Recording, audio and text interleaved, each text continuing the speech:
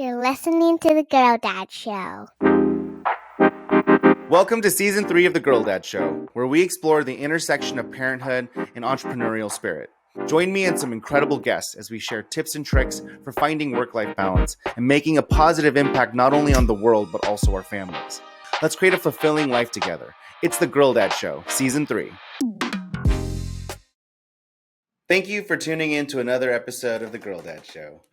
Today is another Girl Dad Talk in Season 3 where I interview amazing guests. And in between that, I do a Girl Dad Talk where I talk to you about my professional parenting journey and give you updates on how my professional career is going as well as how my parenting career is going.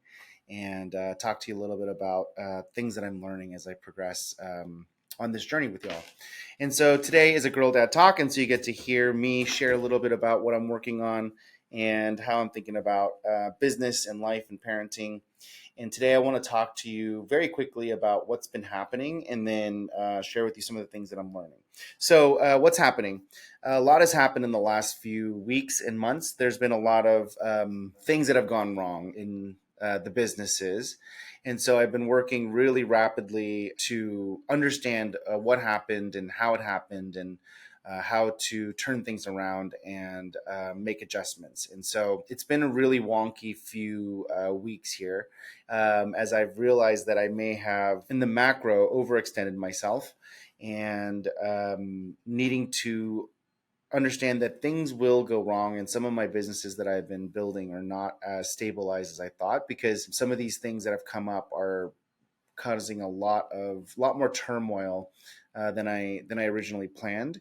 And in addition to that, the quantity of them that are having issues makes it even harder to solve for. So what I'm going to do over the next few weeks and months here is start to sell off some assets and fine tune some of these businesses so that they're a little bit more stabilized. And I'm definitely going to start slowing down on the building process and really work on building better operational rigor for the businesses that I have. And it's not like not to plan. So I do want to be clear that, although it is hard and it's very, very troubling and it's very stressful for me, I did do this to myself intentionally because what I did realize was I have this process and framework that I have used to help coach other business owners to success. And I've been using it for myself. And I just wanted to know the limit of it, right? And so I think I've come to the limiting point for now. And so I think there's a time sequence that I need to do as I build these businesses. And so building too many all at once has really caused a lot of problems because with the lack of operational rigor and systems for these businesses to mature and stabilize, they're not able to handle large things that go wrong without my attention and abilities at this point. So really figuring out what that limiting factor is really interesting. And so I'm pretty excited overall in the macro that I understand that, I may have built too many too fast, which is good because that was kind of the test to see what the limiting factor was. And so I think I have that understanding now. And so now I just got to go back and slow this process down and really hunker down on the businesses that I have. And as it relates to the individual businesses, nothing can't be solved. It's just going to be a lot of work and a lot of time and energy, but they're all great businesses and they all can be solved through good systems and process building, but it will require some more of my time. And so that's kind of what I've been working through right now. And it's been really rough on time and energy because I'm just kind of spread thin. And being a business owner, you don't really have a backup person when things start to fall apart, right? So when this happens, I mean, the buck stops with you. And so you don't really have the optionality of not getting something done or not fixing it. And so I've just been working a ton and I'm pretty excited, unfortunately, that my wife is actually taking the kids to Montana at the end of this month to go on a trip with her friends and with the kids. And so it's pretty exciting for me on the professional side because I have this sense of guilt, when I work a lot. And right now I need to work a lot. I need time. And I have this sense of guilt when I work too much and I don't spend enough time with my kids.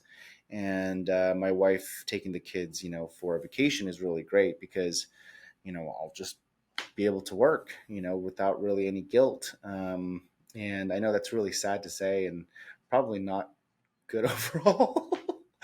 But I am actually looking forward to the following week when they'll be out for 7 days, and I'll just basically like set up an office downstairs near the kitchen and kind of take over the living room area and bring my whole office down, my computer down, and most likely just work like 15 to 20 hours a day, just crank it all out and get it all done. And then not only will I have been able to spend the time to actually like think through strategically, but also the time to actually like build out all the things that I need to build. It will self correct almost everything directionally, and then also just get me caught up on a lot of stuff. And so right now time is basically the biggest variable that I can't make up, no matter how strategic I get. And so there's a bulk of time that needs to be deployed to make this go faster. And so timing wise, this is really, really great. And I'm really excited about the opportunity to kind of invest a lot of time into solving some of these problems and then getting back on track more quickly. So as sad as it is to say, I'm pretty excited that I won't have the guilt of, being able to work really, really hard for about a week. But then I'll be also really excited because I know that short-term investment will allow me the luxury of being able to be more available for my kids and my family when they get back. And so I think that's a really good thing. And it kind of goes back to something that I've been really thinking about, and I want to share with you guys today is this concept of luck. I think that it's a very interesting conversation and topic because there are a lot of things that I think that I've done to myself over the last like 2 or 3 years, learning how to convert from being a salaried, like paycheck to paycheck, worker bee, right? So I was pretty entrepreneurial. I started a lot of businesses when I was younger. I think I started like, half a dozen businesses, in my 20s, and that was really good. But in my 30s, I definitely, worked at a lot of companies, big corporations and other tech companies. And did the salary thing, right? And try to grow a more stabilized life. And, in my 40s now, I'm like taking a lot more risks and investing a lot more in myself and trying to build something more. And it's one of those situations where I think it's pretty normal in the macro. Like, in your 20s, you try a lot of things and you fail a lot and you learn a lot. And then your 30s, you try to like build who you are and level yourself up and become, a function expert in something.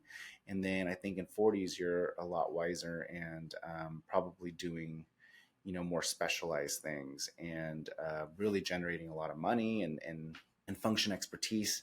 And I think in a lot of ways, because I went the entrepreneurial route in my 20s, I'm probably better set in the unique skill set wise, but also behind on the building of function expertise side. And so there's like a lot of things that are not, the same, but in the macro, it is pretty much like, that's kind of where I'm at. And I think a lot of people follow that trajectory, but I am making up for a lot of lost time and really doubling down on these things. But the number one thing that I keep going back to is this concept of luck, right? And I have to share something that my dad has told me in when I was growing up, and it didn't really resonate, but it's resonated a lot more in this chapter and stage of my life. And he used to always say things like, "Oh, how does it go?" It goes, "There's really no such thing as luck, Obviously there is, but it's a much more diminutive amount than you may realize, right?" And it was something around the idea that like you need to basically be ready for opportunity when it comes up. And so do the hard work, do the diligence, do the studying, do the learning, build the systems, the stuff, the business, the infrastructure. Just basically do the hard work to be ready. And then when the opportunity comes, have the courageousness and the fortitude to say yes. And so it's really a combination of those two things. And it's a really fascinating concept because he's really like tapping into a lot of different things that people have really started to talk about. And one of those things is like the book that James Austin wrote called Chase, Chance, and Creativity, The Lucky Art of Novelty, right? And I think he's really talking about one of those four forms of luck. And so in the book, there's four types of luck. There's blind luck, there's luck from motion, there's luck from awareness, and there's luck from uniqueness. And I think my dad is really talking about like luck from motion and luck from awareness. And he has a combination of those two things, right? And he just doesn't prescribe to the idea that you have blind luck. And I think that also exists, right? And so he's not saying it doesn't exist in those statements, but he's basically saying don't rely on it, right? Rely on the fact that you can create your own luck by being overly prepared and working hard towards something, and then waiting for those opportunities to hit you. And once those opportunities do arise, having the courageousness to risk sometimes all of it to double up or grow the business or grow yourself or grow whatever that is that you're trying to achieve, right? And so this concept has really been sinking in with me. And then just for your edification here, the other forms of luck that Dr. James Austin published was blind luck, luck from motion, which is like, working towards something and really putting the energy and the fortitude to learn that skill and being able to like force that luck upon yourself because you're just working and doing so many reps in it, right? Luck from awareness is that you know where the luck is going to come. So you have you have enough experience or you have enough understanding of the marketplace to kind of put yourself in the position where the tailwind is coming or where it's going to be a downhill race, right? Where you just have enough awareness to know where the luck is going. And then the last form of luck is luck from uniqueness, which is really around like skill sets that you have that no one else has. And you see a lot of business gurus talk about this, right? Be so valuable in this one thing that people will basically pay you for it, or be insanely specialized and be super good at that thing, right? And so that's a lot of luck from uniqueness. And I think that there is a lot of merit to all of those. But I do keep going back to what my dad talked about, which is, just working hard at what you do and being really good at it, right? And then being ready for those opportunities to hit you, because right now it is a hard time. And I think a hard time it leads to the second thing that my dad like always taught me. He's taught me a lot. It's funny because he's rarely really talked to me, but the few times that he has talked to me, he always doles out these really great advice and sage advice. But the second thing that he's really impressed upon me is this concept that like, it's easy to be great when times are great. It's truly a great man that's great when times are bad. And I'm not really sure where he got that quote from, because I know I've seen it somewhere else as well too, but I'll credit my dad to it because he's a cool dude and he's awesome. But it really is indicative of, measuring your grit and perseverance, your discipline, your desire to win, when you can push through when times are bad, right? And like how bad do you really want it, is what my dad would actually coin this as, right? Because he would basically say to me, he's like, at the end of the day, like, business is not, how tall you are, how good looking you are, how well you sell, your unique skill sets, those will get you far, and they can get you pretty far. Your connections, who you grew up with, or whose son you are, or who your family connection, those will get you far as well too. But at the end of the day, nothing trumps someone that wants to win more than you. And that's kind of what he was messaging to me, is like, it's not the size of the dog, it's the size of the fight in the dog, right? And so a very literal example that he would tell me was so what, someone could do something better than you in 10 hours, and maybe it takes you 100 hours to do the same level of work as that other person does in 10 hours. But if you wanted to beat that person bad enough, you would spend 101 hours to be better than them, and you would inevitably win because that person may not want it as bad. And it was a very interesting concept, right? And it's a very, very interesting thought to me. And a lot of this stuff is not starting to make a lot more sense now that I'm in this position in my 40s, just like thinking back to like, why am I doing this? Should I just go get a job and like, and just like, be less stressed out and all of these other things? But I go back to those moments and I'm realizing that like, yeah, I could always go do that. And I think that that's a safe route and I think it's a fun route. But I think I'm only thinking about those things because it's hard right now. And it's mentally very challenging, and emotionally it's very challenging to be stressed out and have a lot of pressures to perform, and a lot of these things happening simultaneously. And then, it's hard to like see the light at the end of the tunnel or see the forest from the trees, right? This episode of The Girl Dad Show is brought to you by Owners Club. As a business owner myself, I know firsthand how challenging the journey can be. Whether it's having someone that I can ask a very tactical question to, or just being able to share my big successes without guilt. Building a business is a lonely journey, and it does not have to be. After building and coaching dozens of businesses to success, there is one insight that is so obvious and simple, yet hard to execute. And that is network equals net worth. And so, if you're a growth minded, supportive, smart, and hardworking business owner looking for a community of like minded entrepreneurs to build with, look no further than the Owners Club. You will make lifelong friends and build your business that works for you. You can learn more online at owners.club. But when I think about it and I get these moments to reflect, I think back to what my dad has always said, which is like, how bad do you want something? And if you want it bad enough, you'll work harder at it than anybody else to get it, right? And you should be able to achieve it by working harder. And obviously, there's a lot of caveats to that, but I do want it. I do want it really badly, and I don't think that it's something that I want to sacrifice or give up on yet. And so that kind of thought process lingers a lot in my mind right now. And I know that, these problems can be solved, and a lot of these businesses will start to cash flow next year, and we're still on the same track. I just need to push through, right? And push through and continue to not make money and continue to invest every dollar I have into the future. And I know that eventually we're like a year away from some of these businesses starting to cash flow, and then the rest of the businesses are going to cash flow the year after that. And so I'm very, very close to this ability, and I want that, and I don't want to give up, because it hurts right now. And so I'm working through those emotions as I think about my dad and kind of the stuff that he's taught me, as well as how he's built his business.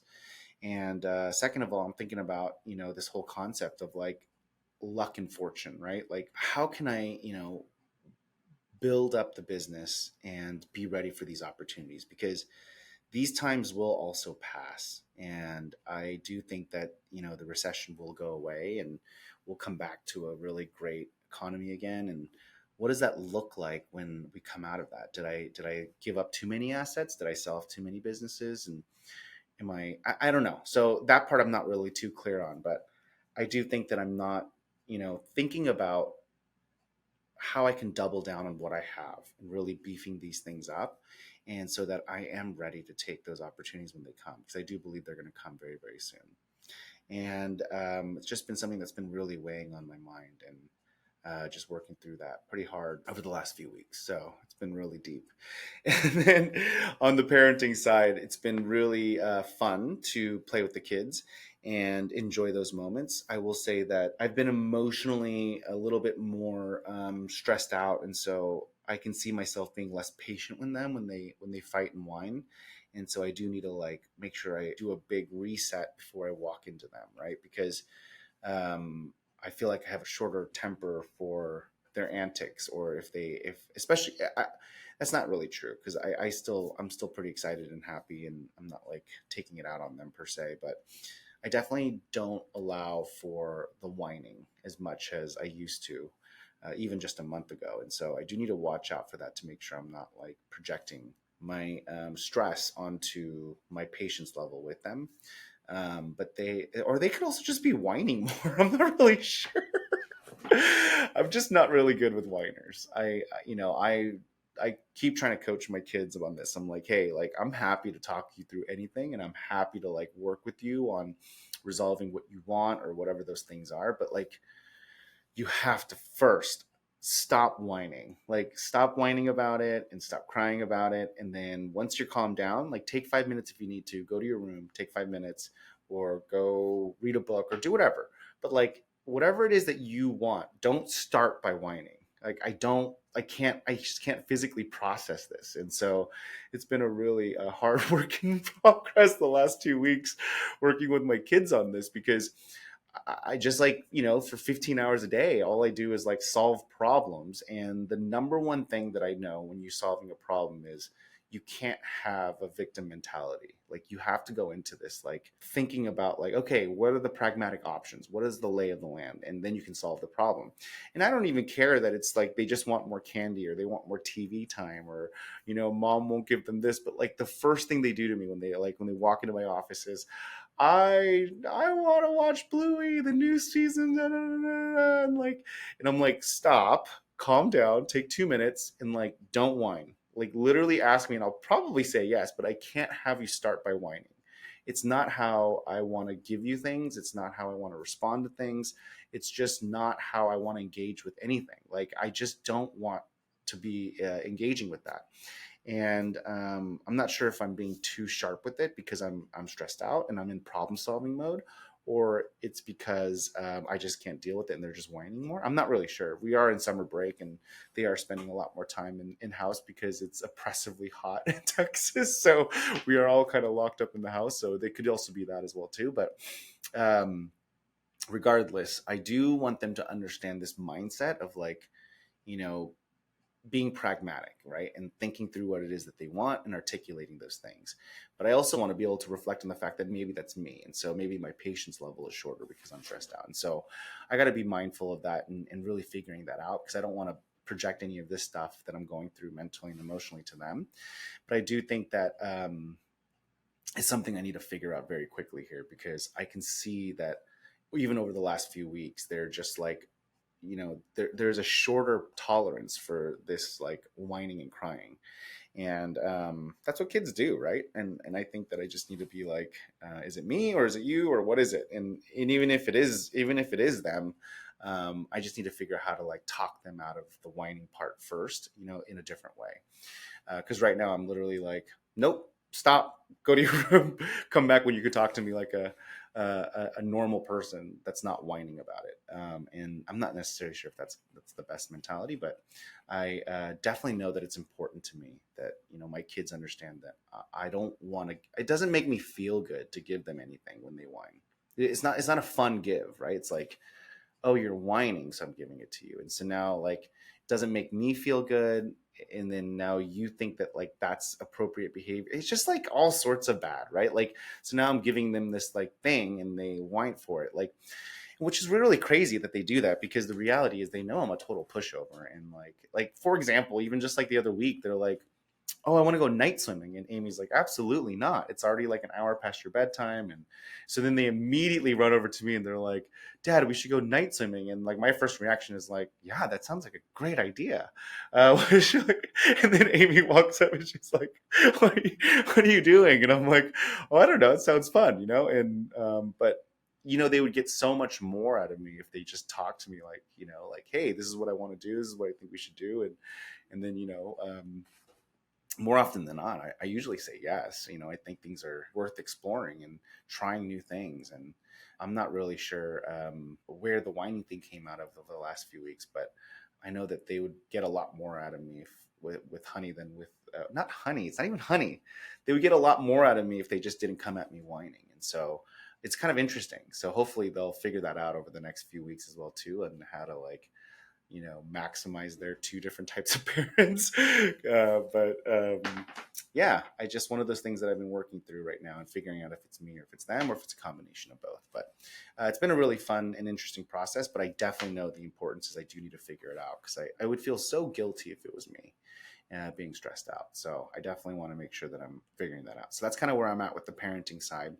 And then just more superficially, I had a ton of fun last night. We barbecued and went swimming yesterday in the afternoon because it was super hot. And then the sun kind of hits the other side of the house. And so the backyard gets shaded. And so it's a little bit more livable and manageable in the afternoon. And then we decided, I don't know why, but we decided, and Amy was okay with it, taking the kids to the arcade. They've been asking to go for many, many weeks now. And Amy was okay with it, even though it was like 5 o'clock at night. And we went and had dinner. We played games. We had late dinner, and we didn't get home until like 9:30, which is like 2.5 hours past their bedtime. And so it was awesome. It was so fun. They had a ton of fun. You could tell they were like super excited and happy the entire time. Lily had some major breakthroughs. She did a ropes course that was like 3 stories high, and she was like zip lining like 60 feet in the air. And it was like amazing to watch them just like push their limits, be scared, and then overcome them and do those things. But also, just to be able to like go party with them late at night and just like see what that looked like and experience that. And I'm really grateful for Amy for agreeing to do that and letting us do that because she's pretty good about keeping a good schedule and rigor. And I'm always about blowing things up, and so that was really fun for me. And I really enjoyed it a lot more than I think she may even realize. And it was really fun. It was really fun. And the kids did great. Yeah, they actually did really good with the late night. And they showered and went to bed and fell asleep. And I think they even slept in a little bit today. Obviously, they should have slept more, but they slept like at least an hour more than they normally do, which is still less sleep than they normally get. But overall, I think it was worth the emotional and mental experience of staying out late and just partying it up and going all in, right? And I think that was really great. So anyways, that's kind of where I'm at right now with my parenting journey, and I hope this helps you in your parenting journey, and you've learned something from it, and you can use it to your advantage and to your benefit. And really, for me, this is really just me being as vulnerable and transparent with you guys as possible, because I'm trying to build a life that is very fulfilling for me, and I hope that this documentation of this journey and this transparency and vulnerability is helpful for you. I also wanted to share with you that one of the big things that I'm working on is Owners Club and this community for business owners, right? And so it's been my biggest project, and I also think it's going to be something that I'm super passionate about for the rest of my life. I just love business, right? And so, as you probably have figured out if you listen to this, but I do want to share with you an exclusive discount that I'm offering for only Girl Dad Show members. And we'll start launching it in the episode soon in little commercials and video edits, maybe even this one, since this one's so far out. But we're going to be offering 75% off Owners Club just for Girl Dad Show listeners. And so the only way you're going to get access to it is if you listen. And so if you are one of my listeners, then you'll get access to it. And if you know a business owner or are a business owner or interested in being a business owner, Owners Club will be fairly inexpensive for you. So I just wanted to share that with you. It's going to be coupon code TGDS75, and that's for 75% off your first year. And it'll give you a really good sampling of the frameworks and the process and the systems that I use to run now 8. It used to be 12, but I'm going to start consolidating 8 businesses. And it's also the same framework and process that we use to coach other business owners. And it also is a great community. We have doubled in size since May of launch, and we're adding another, I want to say I think we're going to average about 10 a month. It looks like this third month. And so it's growing pretty well. And we're pretty good about screening for high quality people. And so not only do you get, the framework and process that we use to build businesses, you also get to network and meet just some amazing business owners. So I hope this is special for you, and I hope this helps you. And if you know any business owners, please let them know that, they should check it out and use the coupon code. And otherwise, I'm doing a direct call out to any of you guys listening to this. Yeah, feel free to message me on social or ask a question or a comment to let me know what you think. And I would love to hear what you want to know more about. And if you have any questions about what it is that I'm building and doing, and comment that in social as a question, and I'll know that you've listened to this episode. And thank you again for being a supporter and listening to this podcast. We'll talk to you next time. Bye. This episode of The Girl Dad Show is brought to you by you. We have been working very hard to bring you the best guests and content to the show, and have been steadily growing month over month. And we're finally ready to start talking to businesses that want to partner with us to promote on our show. So if you know anyone that would be interested in having me promote their business on The Girl Dad Show, please email us at young@thegirldadshow.com. Thank you for your support, and look forward to learning how to be a great parent together.